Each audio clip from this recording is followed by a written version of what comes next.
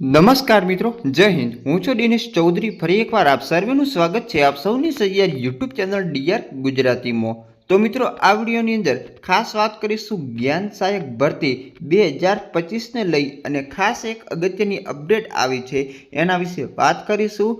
તો જે મિત્રો છૂટા થયેલા જ્ઞાન સહાયકો છે એમની નિમણૂક માટેની અત્યારે જે પ્રક્રિયા શરૂ કરી દેવામાં આવી છે, જેની અંદર પ્રાથમિક શાળાઓમાં ખાલી પડેલ જગ્યાઓ ઉપર જ્ઞાન સહાયકોની નિમણૂક આપવા બાબતેના દરેક જિલ્લા વાઇઝ પરિપત્ર થયેલા છે અને જેની અંદર જે 25/2/2025ના સવારે 8 કલાકે ખાસ દરેક જિલ્લા વાઇઝ જે છૂટા થયેલા જ્ઞાન સહાયકોનું કેમ્પ રાખવામાં આવ્યું છે ને ત્યાંથી તમને શાળા ફાળવણી પણ કરવામાં આવશે મેરિટના ધોરણે।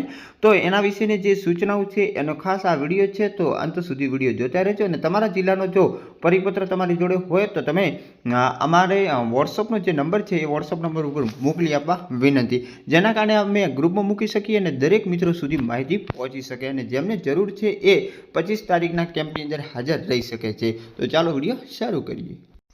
તો મિત્રો, જે અત્યારે મારી પાસે જે પરિપત્ર છે એ છે જિલ્લા પંચાયત શિક્ષણ સમિતિ બનાસકાંઠા પાલનપુર 21/2/2025ના રોજ તાલુકા પ્રાથમિક શિક્ષણ અધિકારી જિલ્લો બનાસકાંઠા પ્રાથમિક શાળાની અંદર ખાલી પડેલી જગ્યા ઉપર જ્ઞાન સહાયકની નિમણૂક આપવા બાબતેનો પરિપત્ર છે, જેની અંદર જણાવવામાં આવ્યું છે કે આપના જે તાલુકાની પ્રાથમિક શાળાઓની અંદર ખાલી પડેલ જગ્યા ઉપર જ્ઞાન સહાયકોની નિમણૂક આપવા સદુરવાળા પત્રથી જણાવેલ છે, જે અન્વયે આપના તાલુકાની પ્રાથમિક શાળાઓમાં છૂટા કરેલ તેમજ રાજીનામું આપેલ જ્ઞાન સહાયકોને પુનઃ ખાલી પડેલ જગ્યા ઉપર નિમણૂક આપવાની થાય તો છૂટા કરેલા તેમજ રાજીનામું આપેલા જ્ઞાન સહાયકોને જાણ કરી નીચેના સ્થળ અને તારીખ અને સમય હાજર રહેવા આપની કક્ષાથી જાણ કરવાનું રાખશો અને તમામ ઉમેદવારો કેમ્પની સ્થળમાં હાજર રહે એ સુનિશ્ચિત કરવાનું છે।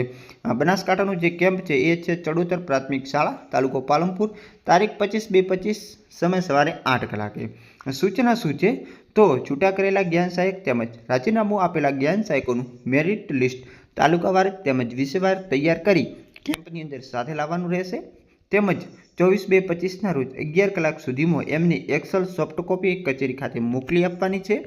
છૂટે કરેલા તેમજ રાજીનામું આપેલા જ્ઞાન સહાયકોને શરૂઆતમાં મળેલી જે શાળા ફાળવણી અને ડોક્યુમેન્ટ વેરિફિકેશન પત્ર તેમજ જન્મ તારીખનો પુરાવો મેળવી અને આધાર જે મેરિટ લિસ્ટ બનાવવાનું રહેશે, તેમજ જે ડોક્યુમેન્ટ સાથે કેમ્પની અંદર ઉમેદવારો સાથે હાજર રહે એવી સૂચના પણ આપવાની છે।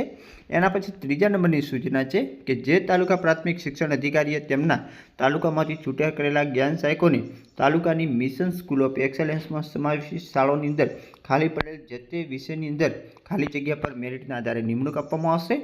જો મિશન સ્કૂલ ઓફ એક્સેલન્સમાં સમાવેશિત શાળાઓમાં જે તે વિષયની ખાલી જગ્યા ન હોય તો આવા છૂટા કરેલા જ્ઞાન સહાયકોને પર્સન્ટાઇલ રેન્કના આધારે મેરિટ કમ પરફોર્મન્સ મુજબ અલગથી જાહેર કરેલી યાદીમાં જિલ્લાની મિશન ઓફ સ્કૂલ ઓફ એક્સેલન્સની સમાવેશ ના થયો હોય એવા વિષયોની ખાલી જગ્યાને ધ્યાનમાં રાખી શાળા ફાળવણી કરવામાં આવશે।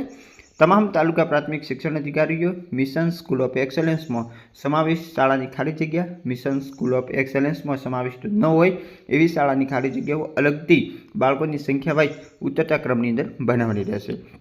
જે તે તાલુકા પ્રાથમિક શિક્ષણ અધિકારીએ તેમના તાલુકામાંથી છૂટે કરેલા જ્ઞાન સહાયકોને કેમ્પના જે સ્થળે હાજર રહેલ છે તેની હાજરી પૂરવાની રહેશે અને તાલુકા વાઇઝ અલગ અલગ બેઠક કરવાની રહેશે।